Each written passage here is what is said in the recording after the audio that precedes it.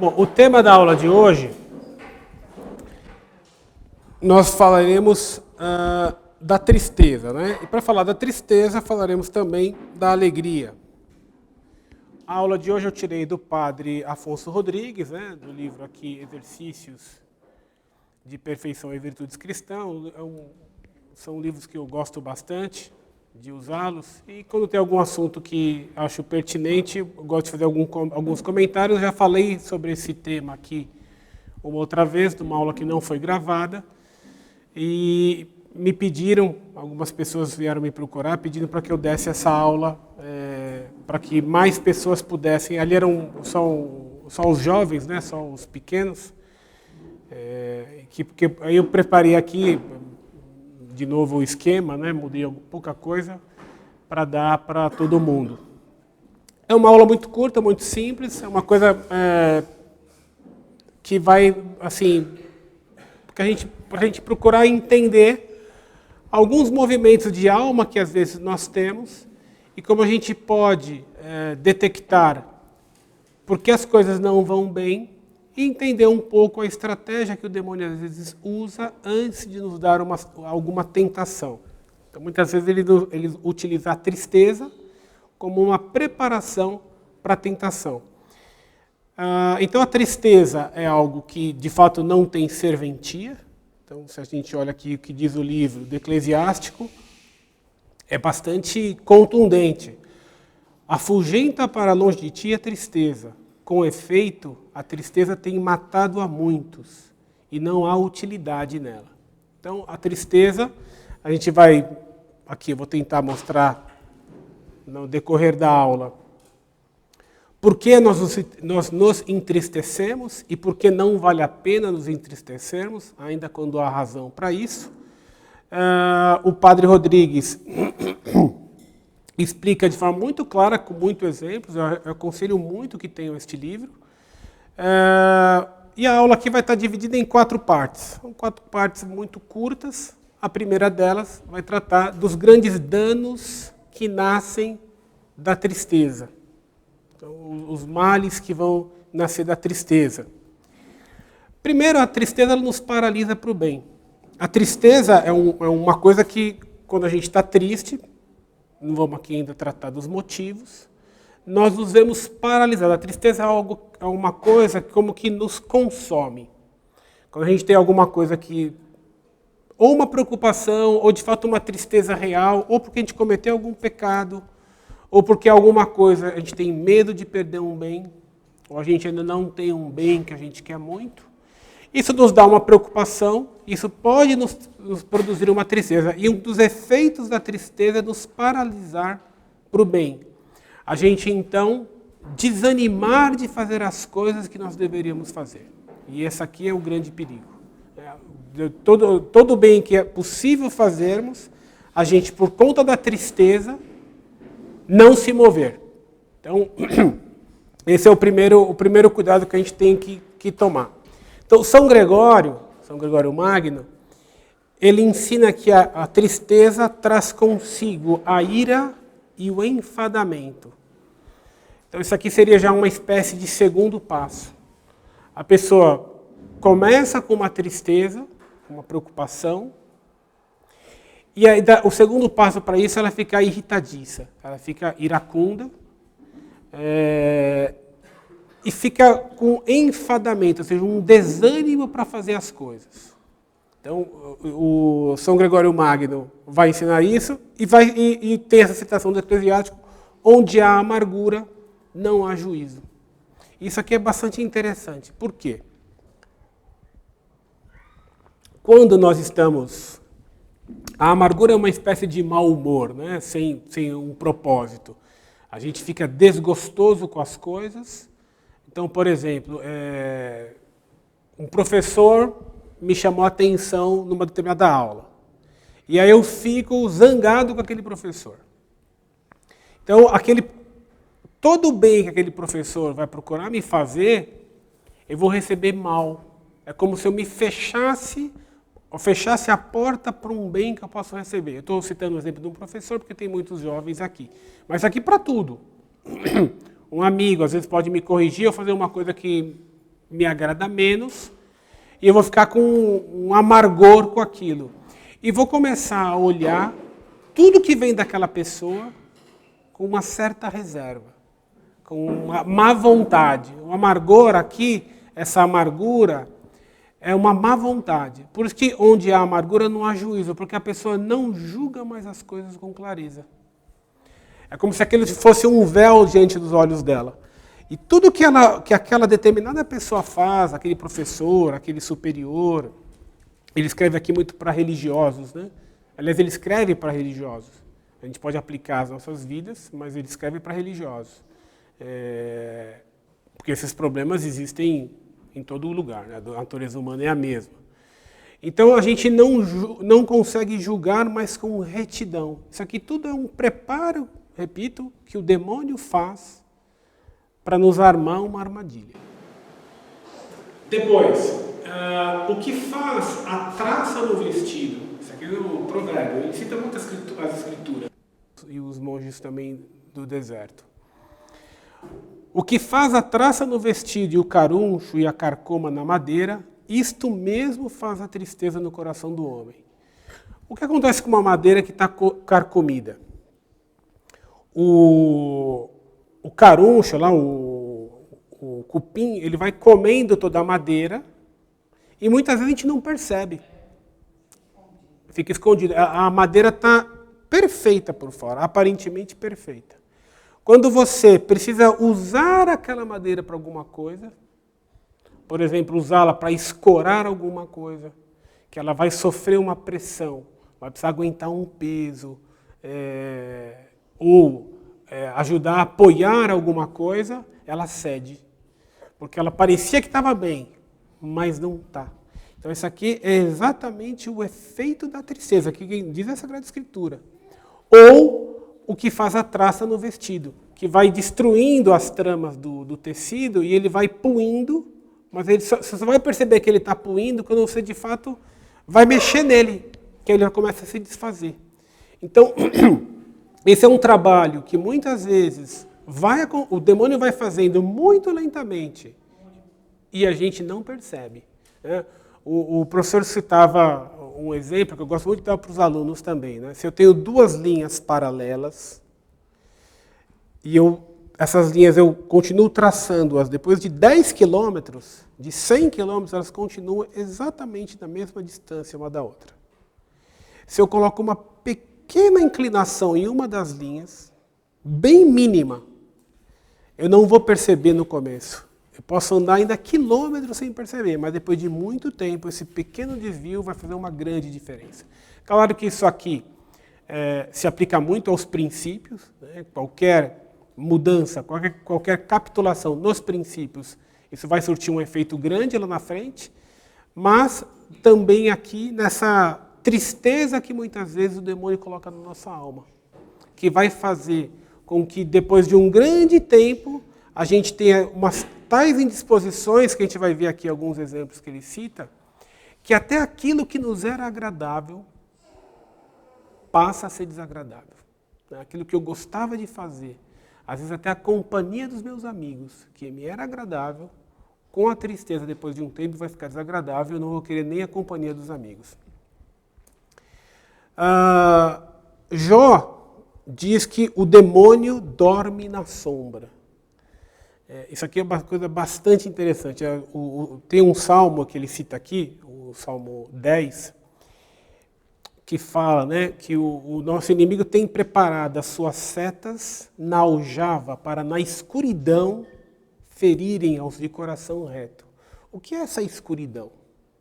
Que podemos interpretar essa escuridão também como a tristeza. Porque a tristeza vai de tal maneira nos tirando a energia para o bem, a disposição para fazer algo bom, que, você veja, isso aqui não estamos falando de pecado, hein? Não estamos falando de pecado. O demônio ainda não fez a pessoa pecar.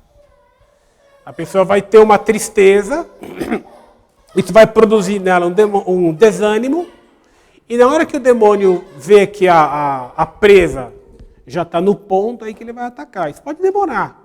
O demônio é astuto, mas ele vai preparar o ataque dele.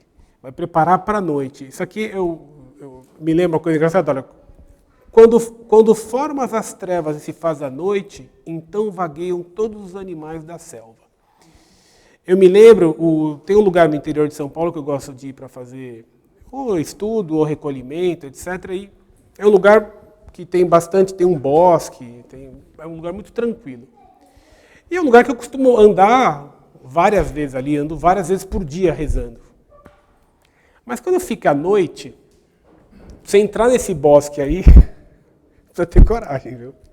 E é curioso, é um lugar para mim ultra conhecido. Eu vou sempre lá e ando nesse lugar. Mas quando cai a noite, é um lugar que não tem iluminação, esse bosque, você não enxerga nada.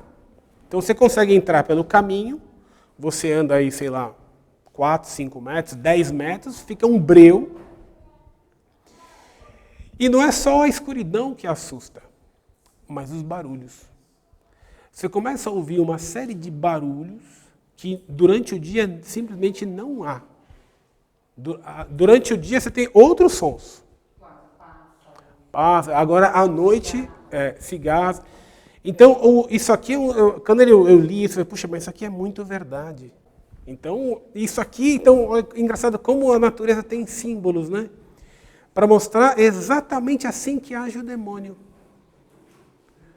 O demônio, ele age, então, como eu ia dizendo, esse lugar que eu vou no interior, que eu entro nesse bosque à noite, tem barulhos, tem sons que a gente não ouve de dia.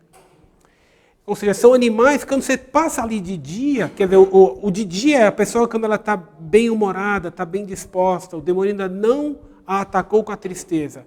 Esses animais estão lá quietinhos, que seriam essas tentações que o demônio vai dar depois da tristeza.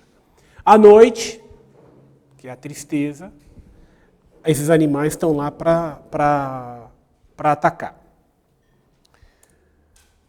Com a tristeza vem todos os males. Né? Então aqui eu vou, de vez em quando, não muitas vezes, mas de vez em quando eu vou pedir licença para pegar alguns trechos e alguns exemplos que ele traz aqui. Olha isso aqui, que coisa tremenda, hein? Se não fosse a Sagrada Escritura que dissesse, vocês iam achar que era exagero meu. A tristeza apressa a morte. E até dá a morte eterna, que é o inferno, conclui o autor. Então, a tristeza é algo... Ele trata no começo, né, que algumas pessoas têm uma psicologia que é mais propensa para a tristeza. Ele fala que não é disso que ele vai tratar, porque são questões médicas, mas ele fala que ainda para essas pessoas, a tristeza vai ser acentuada pelo trabalho do demônio. Então, que todo mundo tem que ter muito cuidado com a tristeza. A tristeza é uma coisa... Ainda que seja temperamental, porque a pessoa que tem a tendência à tristeza temperamental, a ação do demônio vai agravar o mal. E as pessoas que não têm, para essas aqui, elas têm que tomar cuidado, porque a tristeza delas não é temperamental, então vai ser muitas vezes mesmo uma ação demoníaca. Né? Olha aqui, e por isso nos avisa o apóstolo São Paulo, que fujamos da tristeza, para que não suceda talvez, que com a tristeza demasiada venhamos a perder a nossa alma. Então, são muitos avisos, né? Deus insiste muito contra a tristeza. Por isso que nunca houve um santo triste. Eu coloquei aqui São João Bosco no começo da aula, porque ele não o único, né? Mas ele é um dos santos mais emblemáticos da alegria. Ele percebeu isso aqui muito bem. São Felipe Neri, São João Bosco percebeu isso aqui muito, muito claramente, e ele insistia muito nos alunos. Ele procurava reparar muito se os alunos estavam ou não contentes. Uma vez ele conta que chegou no oratório um garoto e que o menino era uma espoleta. Estava correndo todo o recreio, pulando, gritando, etc. Era assim uma chama. E esse menino foi, depois de algum tempo, ficando cada vez mais apagado, mais apagado, mais apagado. E Dom Bosco observando que o menino não participava mais dos jogos. Você vê, olha aqui, o que agradava, não agrada mais. É exatamente o que ele diz aqui. E aí Dom Bosco, um dia, falou para esse menino, eu precisaria conversar com você uma coisa. Precisava te pedir um favor, alguma coisa assim. Eles gostavam muito de Dom Bosco, né? Ficavam contentes que o Dom Bosco pedia alguma coisa. E aí eles foram até o quarto do Dom Bosco, o Dom Bosco falou para ele, você não queria se confessar? Você não gostaria de se confessar? E aí o menino se confessou e diz lá que voltou a ser aquele menino que ele era antes. Né? Então, quer dizer, o demônio ali conseguiu achar um motivo, tinha alguma questão talvez de consciência ali, para colocar a tristeza no menino. E o menino não foi se confessar e ficou triste, ainda bem que tinha um Dom Bosco observador para perceber que o demônio estava ali atrapalhando tudo. Bom, posto isso, a segunda parte da aula, né, que convém muito servir a Deus com alegria. Deus, nós temos que servi-lo, não por servi-lo. O nosso Deus não é como o Deus do paganismo. Para os romanos, aquela divindade não tinha relação nenhuma com eles. Zero. Eles não tinham nenhum amor, ternura, nada. Tinha que ir lá oferecer o sacrifício, mais ou menos como a gente paga imposto. Ninguém aqui vai pagar imposto. Ai, que bom. Eu vou fazer um ato de amor pelo Estado. Não. A gente paga o imposto porque tem que pagar. Né? Por isso. Isso em qualquer lugar do mundo. Até nos países onde pagar imposto vale a pena, eles procuram pagar menos. Né? Ainda mais aqui, pior no Brasil. Então a relação que esses pagãos tinham com as divindades era mais ou menos a relação que nós temos com os impostos cobrados pelo Estado. Eu pago para não ter problema. Então eles ofereciam sacrifício, etc., para evitar castigos. A nossa relação com Deus não é essa. Então nós não podemos transformar o catolicismo numa espécie de paganismo batizado, que eu vou cumprir a lei de Deus com medo de um castigo. Não é isso que Deus espera de nós. E aqui tem o trecho de São Paulo, né, que a irmã Ana Maria até citou recentemente numa aula, que sempre que se fala da alegria se cita, porque talvez de todos o mais emblemático. Alegrai-vos sempre no Senhor. E outra vez vos digo que vos alegreis e regozijeis. E também tem aquela saudação que o anjo fez a Tobias. Olha que coisa curiosa, né? Deus te dê muita alegria. Interessante essa saudação, né? Deus te dê muita fé, muita virtude, muita felicidade, muito dinheiro no bolso, saúde para dar e vender. Não, Deus te dê muita alegria. Né? Para ver a importância. Vem um anjo no céu e a saudação é Deus te dê muita alegria. Da Anunciação, né, que tratamos aqui na aula da missa. Na Anunciação, o que o anjo diz para Nossa Senhora é para ela se alegrar. Então, olha que coisa tremenda. Deus manda um anjo do céu para dar esse recado. Né, para a gente estar contente. Há vários salmos, em números, Salmo 21, 69, 99 e 104, onde o rei Davi trata repetidamente da alegria. Tudo o que dás, dá-o com o rosto alegre. Mais que a obra em si, Deus aprecia a boa vontade com que se a faz. E por que Deus aprecia mais a boa vontade do que a obra em si? Porque Deus se alegra mais com o modo como a gente faz as coisas, né? Ou seja, a nossa boa vontade, do que com a coisa em si. Por que Deus, em outras palavras, por que Deus se alegra mais com um copo d'água dado por amor a Ele, do que $1 bilhão doado para acabar com a fome no mundo?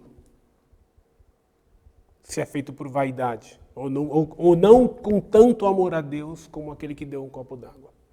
Por quê? Essa aqui é uma coisa interessante. Bom, primeiro porque Deus não precisa de nada, né? Deus não precisa do copo d'água e nem do $1 bilhão. Deus é dono de tudo e para Deus, para os olhos de Deus, um copo d'água ou $1 bilhão é a mesma coisa. É como a diferença que faz para nós entre 1 ou 2 centavos. É até maior que essa diferença. A única coisa que Deus quer de nós é a única coisa que Deus não tem. Deus criou todos os seres, todos sem independência, sem liberdade. A única criatura para a qual Deus deu liberdade é o homem. Então, a liberdade é uma coisa que nos dá uma autonomia que a gente, por assim dizer, foge ao controle de Deus. É como se Deus, quando terminasse de criar o homem, desse a ele a liberdade e dissesse, agora vai. E aquilo fugiu ao controle de Deus, agora o homem faz o que ele quer. Todas as outras coisas obedecem à vontade de Deus. Então eu tenho aqui a lei da gravidade. Eu posso soltar esse mouse 1 milhão de vezes, ele só vai cair, não tem essa. É a lei da gravidade. Ele não tem vontade própria, né? Então o mouse, o marido, tudo isso não tem vontade própria, né? Ele vai fazer o que a lei suprema vai mandar. Os animais também, né? A gente está numa sociedade tão decadente, né? Que as pessoas preferem ter cães do que filhos. Os cachorros sequer sabem que existem. Um cachorro, ele reconhece o dono por puro instinto. Porque ele associa aquele cheiro, aquela voz a quem cuida dele e dá comida para ele. Só isso. Podia ser qualquer outro, se trocar um dono por um outro, para ele não muda nada. Ele não sabe o que é dono, não sabe o que é cão, ele não sabe que existe. Agora com o homem é diferente. Então Deus tem o universo inteiro obedecendo estritamente todas as leis de Deus. Já o homem pode optar por não obedecer. Então, existe uma parte da criação de Deus que Deus, por assim dizer, não controla mais. Então, a única coisa que Deus espera de nós é que nós entreguemos a Ele isso que Ele não tem, que é a nossa liberdade. Por isso que a pessoa que dá um copo d'água por amor de Deus, ou seja, empregando a liberdade dela, que ela podia fazer diferente, mas se submetendo a Deus livremente, porque ama a Deus e Deus merece ser amado, tem muito mais valor do que qualquer outra coisa feita com menos amor. Deus não vai olhar se é um copo d'água ou $1 bilhão. Entendeu? $1 bilhão não vai impressionar Deus. Né? Não, mas eu cheguei lá com uma Ferrari. Deus ficou impressionado. Não, Deus não vai se impressionar. Né? Porque a única coisa que Deus deseja, a única coisa que Deus quer é uma retribuição livre, uma retribuição amorosa, feita por nós, também de forma livre. Assim como Deus nos criou por um ato de amor, o que Ele espera de nós é um ato de amor. Só isso. Isso aqui é impossível fazer se a pessoa tem má vontade. A pessoa que tem má vontade, ela não vai dar as coisas com alegria. Ela não vai fazer as coisas com boa vontade. E é isso que a tristeza vai produzir na pessoa. Uma má vontade que vai impedi-la de ter esse movimento bom de alma. Não sei se ficou claro aqui, né? Isso aqui é uma parte bem importante. Depois, os que servem a Deus com tristeza dão a entender que fazem muito. Aqueles que cumprem os deveres para com Deus de forma triste, eles dão a impressão que faz muito. Ora, tudo que a gente faz para Deus é pouco. Nós devemos a Deus a nossa existência. Então, se eu vou... Qualquer coisa aí, não estou falando só dos deveres estritamente de rezar, tudo. Né? Se eu me queixo de qualquer coisa que Deus está me proporcionando, é uma indelicadeza que mostra, puxa, Deus pede demais. O que Deus pede é muito, custa. Então, como se a pessoa dissesse, Deus está atrapalhando, ele não me deixa ser feliz. Deus pede demais. Por isso que Nosso Senhor então vai dizer que quando jejuardes, ungi a cabeça e lavai o rosto, para que os homens não saibam que jejuais. Quando fizermos alguma coisa boa, não procurar fazer para mostrar. Não procurar fazer que está sofrendo com aquilo. Ai, está me custando, eu sou um herói, eu sou um coitadinho, eu sou um santinho. Né? Depois, olha o exemplo que dá aqui, o Papa São Leão Magno. Né? Deixa eu pegar aqui.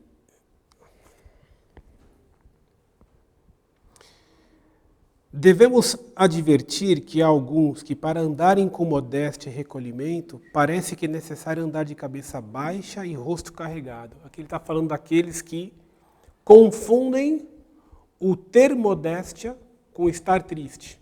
Isso aqui é uma mentalidade um pouco protestante, né? Que acha que a pessoa, para praticar a religião, ela nunca pode estar alegre. A alegria é uma coisa má. Isso aqui é um erro protestante que decorre da visão errada que eles têm do pecado original. Eles acham que o pecado original corrompeu a natureza humana e, portanto, tudo aquilo que vai agradar a natureza humana é pecado. Por isso que eles são contra a tristeza, por isso que são contra comer bem, por isso que são contra se vestir bem, por isso que são contra as festas. Por isso que os protestantes, nos países protestantes, se comem mal. É uma questão aí de princípio. E é por isso que os jansenistas também eram assim. Nos colégios jansenistas, no recreio não podia ter barulho. Os alunos tinham que dar um jeito lá. E brincar sem... Quer dizer, ficar parados, né? Brincar de estátua. O colégio jansenista. Então, acho que tinham que brincar de estátua. Né? Estátua muda. Porque não podia ter festa. Então, isso aqui é um pensamento errado, mas São Leão Magno, que é bem anterior ao jansenismo, já critica essa mentalidade, né? Dizendo que isso aqui é um pensamento errado. E o autor aqui continua: a modéstia do religioso não deve ser triste, mas santa. Deve trazer sempre o religioso uma modéstia alegre e uma alegria modesta. E saber juntar essas duas coisas é grande decoro e grande ornato do religioso. É uma grande virtude saber unir a modéstia à alegria. Isso aqui é uma coisa não só para o religioso, mas para todos nós. E às vezes a pessoa pode ter uma tendência melancólica ou escrupulosa e achar que não, agora eu me converti, não posso mais dar risada. Não é nada disso. Aliás, muito pelo contrário. O serviço de Deus com alegria, por outro lado, dá bom exemplo. Ao mostrar aos que o servem, dá bom exemplo ao mostrar aos que não o servem que a lei de Deus é leve e é motivo de alegria. Então, por isso que no começo da igreja, vendo a alegria e a caridade que havia entre os cristãos, os pagãos se espantavam e diziam: vedes como eles se amam. E isso era o que dava bom exemplo e fazia as pessoas se converterem. Por quê? Se por um lado eu fazer o serviço de Deus de má vontade, eu dou a entender que eu estou fazendo muito, ou que Deus pede é muito, ou que é difícil, etc., quando eu faço com boa vontade, eu mostro o contrário, que o que Deus pede é leve, fácil de fazer e agradável. Então eu tenho que me perguntar: puxa vida, como é que eu estou diante daquilo que Deus me pede? Como é que eu estou nos meus deveres de Estado, como é que eu estou nos meus deveres no meu trabalho, como é que eu estou em casa, como é que eu estou com as minhas devoções, as minhas orações, etc. Isso aqui eu estou fazendo de boa vontade, de má vontade? Isso aqui é para a gente se perguntar. Puxa, o demônio está me fazendo achar que o que Deus pede é muito. Eu estou achando que o que Deus pede é muito. Eu estou achando que o que Deus pede é pouco. Eu faço de boa vontade. Me alegra contentar a Deus. São todas as coisas que a gente tem que... E aqui tem um exemplo também bem bonito. Quando a Sagrada Escritura fala da construção do templo, ela fala que o povo de Israel, os judeus, eles levaram muito ouro, prata e pedras preciosas para o edifício do templo com grande vontade e alegria. Mas vejam só, eles davam o ouro e a prata bastante e com alegria, porque eles estavam fazendo uma coisa que é construir um templo que era a casa de Deus. Então, O nosso ouro, que é o nosso tempo. Né? Muitas vezes o que a gente não quer dar é o nosso tempo. Né? Puxa, eu queria, sei lá, eu quero fazer o que eu quero. Nem sei direito o que eu quero, mas o que eu não quero é fazer o que estão me mandando. E isso, muitas vezes, são as tentações que o demônio vai nos colocando. Então, eu acho muito importante esse parênteses que o autor faz para mostrar como o serviço de Deus é importante ser feito com alegria. Não é uma coisa que a gente vai fazer como se estivesse, repito, pagando um imposto.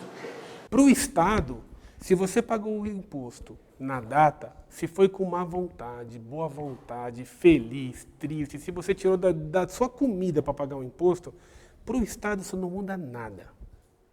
Ele quer receber o imposto dele. Ele não está preocupado com você, nem você com ele. A nossa relação com Deus não é essa. Para Deus importa muito o modo como a gente vai fazer, o nosso estado de espírito. Tá bom? Depois, terceira parte da aula. Culpas ordinárias não nos devem tirar a alegria, porque aqui alguém podia objetar, falar, mas peraí, professor, eu tenho motivo para estar triste. Eu, sei lá, cometi um pecado, eu tenho defeitos, eu tenho más tendências, eu não consigo vencer defeitos que eu tenho. Esse é um motivo real, puxa, não é bom ter virtude?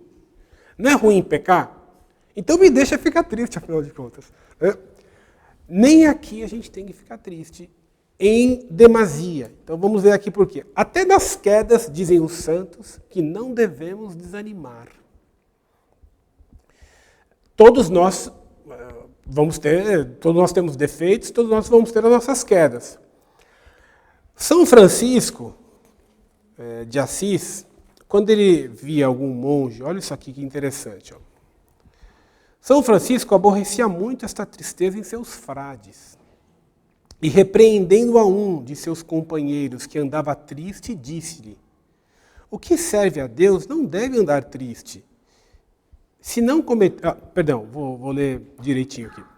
O que serve a Deus não deve andar triste se não cometeu algum pecado. Se tu o tens cometido, arrepende-te e confessa-te e pede a Deus perdão e misericórdia. E suplica-lhe com o profeta que te restitua a primeira alegria. Tornai-me a dar, Senhor, aquela alegria e prontidão que sentia no vosso serviço antes que pecasse, e sustentai-me e confirmai-me nela com o poderoso e magnífico Espírito da vossa graça.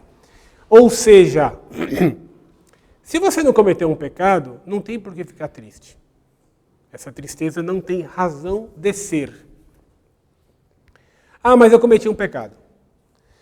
Se você cometeu um pecado, você não vai resolver esse problema com a tristeza. Mas eu não tenho que me arrepender? Claro, tem que se arrepender. Mas nunca o arrependimento que Deus dá vai produzir um abatimento na alma. Porque tudo que Deus faz para nós é para nos levar para o bem. Isso aqui eu lembro quando a senhora estava traduzindo o livro do Escrúpulo, né? Que ele falava, a dor do pecado não produz desânimo. Quando o verdadeiro remorso produz na pessoa um desejo de agir, de resolver o problema, claro, se confessar, e agir e fazer o bem. Não é agora vou ficar com lamúrias, ou não vou fazer mais nada, desanimei, né? Ou até pensar pior, né? Vou largar tudo, não consigo, a religião não é para mim, eu não tenho mais perdão. Então, mesmo quando há um motivo real para a gente se entristecer, que é quando a gente comete um pecado, mesmo essa tristeza tem que ser aqui, como ensina São Francisco de Assis, de forma comedida. Depois, Santo Ambrósio dá um exemplo também bem simples, bem bonito, falou que para um pai, quando ele vê o filho que está começando a andar, o filho tropeça e cai, ele não se zanga com o filho. Pelo contrário, essas pequenas quedas do filho aumentam a ternura que o pai tem pela criança. E aqui o que diz o Salmo 102, conhece Deus muito bem a nossa enfermidade e miséria, e ama-nos como a filhos fracos e enfermos. E por isso nossas quedas e fraquezas o movem antes a compaixão que a ira e indignação. Não é que Deus não faz caso do pecado, Mas é que às vezes nós fazemos do pecado um juízo que não é exatamente o juízo que Deus faz. Deus odeia o pecado, muito mais que qualquer um de nós. Mas o que ele espera, que se tem algum problema que a gente vai resolver no confessionário, resolve e segue a sua vida. O exemplo oposto é o de Judas, que se desesperou, que ali ele recebeu uma graça de Deus para se arrepender. Mas ele se desesperou e se matou. Né? Ou mesmo Caim. Quando matou o irmão. Então, Deus vai nos dar a graça para a gente se arrepender. A gente tem que saber usar isso aqui e não se desesperar ou desanimar, que o desânimo sempre é ruim. Tá? Então, nem as nossas culpas, devem ser razão para nos tirar a alegria. Tá? Última parte da aula. Das raízes e causas da tristeza e dos seus remédios. Isso aqui eu acho interessantíssimo, porque esse autor aqui é de uma profundidade e fineza psicológica tremenda. Né? Parece que ele conhece muito de psicologia, devia conhecer muito de pessoas, né? Ele cuidava dos noviços. 40 anos cuidando de noviços, e nos jesuítas, então não é brincadeira. Então ele, de fato, tem... Uma vez eu lembro que eu indiquei um livro desse para um amigo meu, ele leu e falou assim, Melo, parece que ele está escrevendo para você, né? Que ele te conhece e, de fato, às vezes a gente tem essa impressão, né? Então ele vai dar aqui, quais são então as raízes da tristeza? Por que às vezes nos entristecemos e quais são os remédios para isso aqui? Bom, a tristeza nos vem muitas vezes de pensamentos tristes e melancólicos. E ele fala que isso aqui é um grande perigo. Esses pensamentos de tristeza, de melancolia, o que vai acontecer? Será que vai dar certo? Já está dando errado. Meu Deus do céu, e agora? Não, olha, não vai dar certo mesmo. Eu não sou capaz. Ninguém vai me ajudar. Estão todos contra mim. Ele fala que os pensamentos de tristeza e de melancolia nós temos que ter com eles a mesma atitude de cuidado, de evitar, de repulsa, etc., que a gente tem contra os pensamentos contra a pureza. Quer dizer, que é uma das piores tentações que tem. Então, esse tipo de pensamento a gente nunca deve alimentar. André, pois não. Uma coisa que, claro, que não vai para cá, que hoje na internet a pessoa fica fazendo uma linha de difusão de pensamentos de melancolia, de não vai dar certo. Ou até pior, né? Você precisa se matar. Tem vídeos assim na internet. Mas mesmo assim, né, esse campo eclesiástico, sabe? De falar da crise da igreja de um jeito. Isso, é verdade. Agora entendi. Isso é uma coisa que é bem verdade. Há hoje toda uma cultura da tristeza. Né? Então a gente vê isso nas modas, né, porque o feio é triste, vê isso nas músicas, na internet vê muito, tudo uma questão da melancolia, do tédio, da morte, mas também, como a senhora observou bem, entre os católicos. Né? Uma forma... Parece que a crise que estamos vivendo é a única que houve na igreja, não há outra, né? E a pessoa acaba encarando a crise atual da igreja de uma forma muito desanimada, né? Muitas vezes até exageradamente, né? Amarga. E gerando bem aquilo que você falou, um desânimo para todo bem. Não adianta fazer nada. Não adianta fazer nada, agora vamos nos fechar num gueto. Ou entra o quê? O niilismo. Sim. E as pessoas então ficam desanimadas, falam, não adianta fazer. Quando na verdade o que Deus pede para nós, simples leigos, nessa época de crise, é aquilo que ele sempre pediu para todos os católicos. Né? Eu não tenho acesso ao Papa, e não sou Papa, e nem sonho em ser. Então a gente não deve pensar, mas olha o que vai fazer aqui os cardeais. Não, o que eu vou fazer para converter meus filhos. O que eu vou fazer para ser um bom pai de família? O que eu vou fazer para ajudar minha esposa? O que eu vou fazer para eu conhecer melhor a missa? Para eu conhecer melhor a doutrina? Para eu poder dar um argumento e ajudar um amigo? É isso.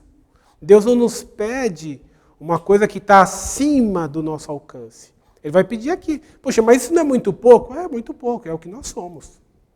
Nós somos isso, esse pouquinho.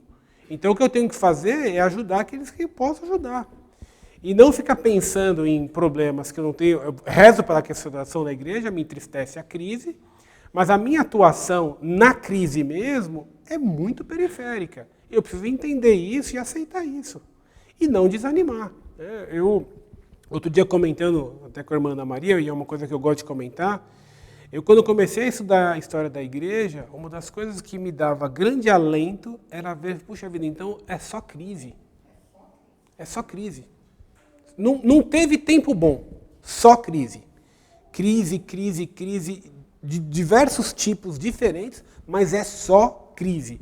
E não tem jeito, é herege, é bispo ruim, é papa que não é bom, é fiel que não é bom, é heresia, ou é perseguição sangrenta, ou aí só tem crise. Não teve uma época, olha, essa época foi a época do Pix. Não existiu. Então, nossa época é mais uma época de crise. Ah, mas é a pior. Tá bom, é a pior. Mas tantas crises passaram, essa vai passar também. O que a gente não pode é ter uma visão de que agora não dá mais, não adianta mais lutar. Né? Ou eu só aceito lutar se eu estiver lá para conquistar Jerusalém, do lado de Godofredo de Bouillon. Eu quero estar do lado... Não, meu amigo, desculpa. Você não vai nem chegar em Jerusalém. Nós estamos muito periféricos nessa história. Mas a gente precisa aceitar isso e fazer aquilo, cumprir o papel que Deus deu a nós na história. Que é esse papel aqui, pequenininho. Né? Muito bem observado, irmã. Né? Bom, aqui, ó. Às vezes temos uma tristeza sem aparente motivo. E até a companhia dos amigos que antes nos agradava, agora evitamos. Olha que coisa curiosa. Né? Às vezes é o contrário, né? A pessoa ela precisa fazer algo para vencer os defeitos e ela quer buscar uma consolação, indo falar com os amigos, jantar com os amigos, etc. E não resolve o problema que ela tem que resolver, que é mudar de vida. Mas aqui é o contrário. Né? O demônio engana a pessoa e põe ela numa tristeza que até aquilo que era agradável, né, e comer e tomar um chopp com os amigos lá, né, Marcelo, um café com açúcar. E até isso aí, né, desagrada. Ele dá um exemplo, agora eu falei do Marcelo, eu lembrei, falar que a tristeza é como fazer as coisas com tristeza, é como servir um prato muito bom, mas colocar sobre ele um molho muito amargo. E eu lembrei, é como servir um café muito bom e colocar açúcar nele. Né? E lembrei do ditado português, né? A palavra amarga estraga o dom. A pessoa faz tudo direitinho, ajuda o colega, por exemplo, né? Mas no final de tudo, fala uma palavra amarga lá, né? Faz um desaforozinho. Estragou tudo. Estragou tudo. Então, se com Deus eu faço isso, às vezes a pessoa serviu a Deus, fez tantos sacrifícios, e aí faz um desaforozinho para Deus. Né? Podia também não ser assim. Puxa vida, para quê? Então a palavra amarga estraga o dom. Né? A tristeza, que produz essa amargura, vai fazer esse prato saboroso que a gente preparou ter um gosto amargo. Então aqui ele vai dar a razão. O não termos as nossas paixões mortificadas é a raiz de onde nasce tudo isto. Aí, isso aqui que eu li, eu falei, meu Deus do céu, o homem acertou. Né? Como é que eu nunca pensei nisso? Por que eu fui ler isso? Porque é verdade. As nossas paixões é porque a gente quer muito uma coisa, ou não quer muito uma coisa, ou a gente tem um capricho, ou a gente quer desse jeito. Tudo se resume a isso. As nossas paixões não mortificadas. Onde entra muito a nossa vontade, aí complicou. Por isso que Santa Bernadette dizia, quando eu quero muito uma coisa, é sinal que Deus não quer. Porque E ele cita aqui, fala assim, às vezes, ele era jesuíta, né?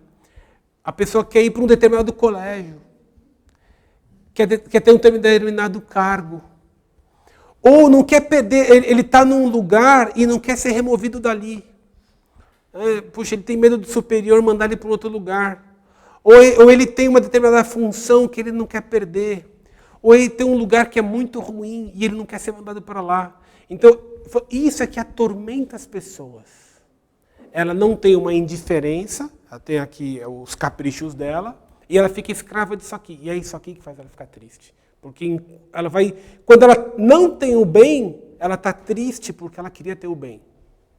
Quando ela tem o bem, ela está triste porque ela tem medo de perder o bem. E como é que ela vai superar isso aqui? Só que ela tiver uma indiferença. Quer saber de uma coisa? Eu quero fazer só por Deus. Não importa o que eu vou estar fazendo, não importa se eu estar descascando batata, dando aula, varrendo o chão. Aqui eu estou lendo agora a biografia de Dom Lefebvre, né? Escrita por Dom Cizé de Malherbe. E eu li esses dias agora, quando ele deixou, quando o João 23, já existia todo um movimento lá, anti-apostolado, anti-missões, etc. Quando morreu Pio XII e foi eleito João 23, aí esse pessoal ganhou mais força, e aí então tiraram, ele era delegado apostólico para toda a África francesa, tiraram esse cargo, ele acumulava o cargo de bispo de Dakar, e aí deixaram ele só com... Ainda perguntaram, o que você prefere? Ele falou, não, para mim o que me derem tá bom. E aí tiraram, claro, o que era mais importante, ele ficou só bispo de Dakar. E aí conta que quando ele então voltou para Dakar, que ele chegou lá, ele falou, pronto, agora eu sou bispo de Dakar. E é tudo isso. Quer dizer, ele tinha um cargo, ele era uma pessoa que era recebida pelo presidente da França. Ele tinha funções diplomáticas da igreja também. Ia conversar com o Papa toda hora. E de repente ele perdeu tudo isso e ficou só sendo bispo de Dakar. E tudo bem, porque o que importava era o quê? Fazer a vontade de Deus. Se Deus quer que eu faça isso, então é isso que eu quero. E muitas vezes nós, por muito menos, que a gente teme perder ou perde, a gente, às vezes é um par de sapatos, e a gente perde a paz, porque quebrou um copo. Ou porque a professora me mudou de lugar na sala. Ou porque, sei lá, perdi um emprego.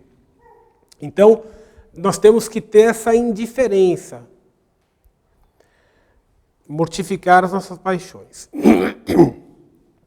Logo, o remédio não é fugir do trato e da conversação dos homens. O remédio é a gente mortificar as nossas paixões. É eu ter justamente esse autodomínio, conseguir olhar as coisas muito mais do alto.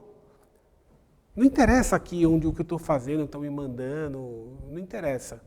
Eu vou olhar as coisas de forma mais elevada. O que está agradando a Deus. Tentar pensar da seguinte maneira. Eu sei que não é fácil, hein? Não estou falando que eu faço isso, estou dizendo que é o que a gente tem que procurar fazer. O que me interessa aqui é o que Deus espera de mim, o resto não interessa. Então eu vou fazer o que Deus quer que eu faça. Ele cita um exemplo de um monge que era iracundo. Eu não entendo o que é ser uma pessoa iracunda, não sei. Mas enfim, se alguém saiba, explica, né? Eu não sei. Mas ele é um monge iracundo, e ele era bravo, ficava nervoso, se irritava, etc. E aí ele achava o seguinte, não, é esse mosteiro, são esses monges, é esse superior. Fica todo mundo me irritando, né? E aí ele resolveu ir embora. Porque ele queria santificar, afinal de contas era monge para ser santo, afinal de contas. Se naquele mosteiro todo mundo só irritava ele, eu vou embora, né? Já o casado não pode pensar assim. Mas aí ele foi embora. Falou com o superior, foi embora, pegou as coisas dele, arrumou, foi embora. Levou um cântaro, tinha lá um cântaro de barro, foi para um lugar isolado, arrumou lá uma cela para ele e falou, agora eu vou ser santo. Encheu lá o cântaro de água, deixou o cântaro lá no canto, arrumou as coisas dele, e daqui a pouco o demônio faz o cântaro virar. Aí ele olhou, puxa, deixei o cântaro em pé, certinho. Foi lá, pegou o cântaro, encheu d'água de novo, colocou lá, daqui a pouco o cântaro vira de novo. Aí ele, que esquisito, foi lá, pegou o cântaro, encheu, colocou com bastante cuidado, arrumou o chão, segurou, tá certo, tá certo. Daqui a pouco me vira o cântaro, ele foi lá, pegou o cântaro, espatifou o cântaro. Aí quando ele fez isso, ele caiu em si, falou, puxa vida, o problema sou eu. Aí voltou, foi humilde, hein? Voltou para o mosteiro, falou com o superior, pediu para entrar e ficou lá. O problema está em mim, não está nos outros. Né? Então, quantas vezes a gente, tendo um problema, não procura culpados? Né? Tal pessoa. Aí tem que ser honesto. Né? E muitas vezes o problema está em nós. É difícil a gente enxergar. Né? Mas então não adianta querer fugir. Né? Continua indo tomar seu chopp com os amigos, não adianta fugir da presença dos amigos. Né? Então o Padre Mestre Ávila diz que os nossos desejos são nossos algozes, que é a nossa vontade. Esses são os verdugos que mais nos atormentam. Aquele que mortifica seus desejos será então livre e feliz. Porque a pessoa mortificada, se choveu, choveu, se não choveu, não choveu. Né? Não é uma pessoa que não vai ser uma pessoa lutadora. Ela vai se esforçar, vai lutar contra os próprios defeitos, etc, etc. Mas ela tem essa liberdade de não ficar escrava do medo das coisas darem errado, etc. Ela tem essa liberdade e ela vai então ser livre e feliz. Se quereis andar sempre alegre e contente, ponde o vosso gosto unicamente em cumprir a vontade divina em todas as coisas. E aqui essa é muito interessante. E aqui ele vai concluindo. Ele fala o seguinte, que às vezes nós somos contraditórios. Porque a gente quer as coisas que a gente não é feliz. Mas às vezes o que a gente quer, às vezes eu queria ter um posto mais alto aqui, enfim, ele era jesuíta, né? Enfim, quero ter um posto de destaque, de comando, eu quero ser o diretor, eu quero ser isso, quero ser aquilo. Fala, puxa vida, mas essas são as funções que mais têm trabalho, que as pessoas estão mais atarefadas, que mais têm responsabilidades.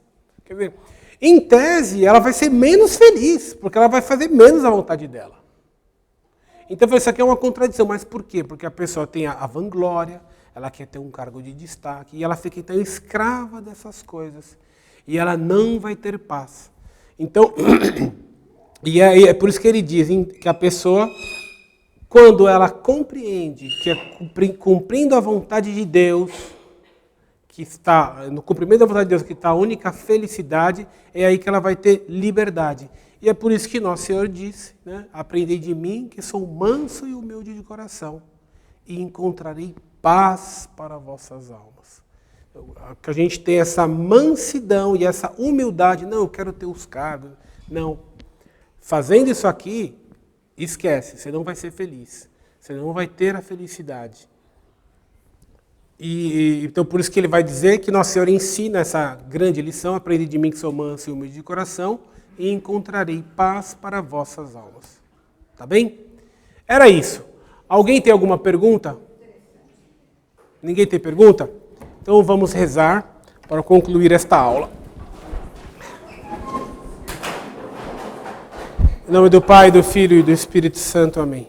Ave Maria, cheia de graça, o Senhor é convosco. Bendita sois vós entre as mulheres, e bendito é o fruto do vosso ventre, Jesus.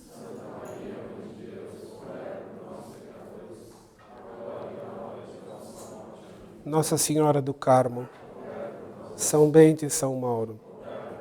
Em nome do Pai, do Filho e do Espírito Santo. Amém.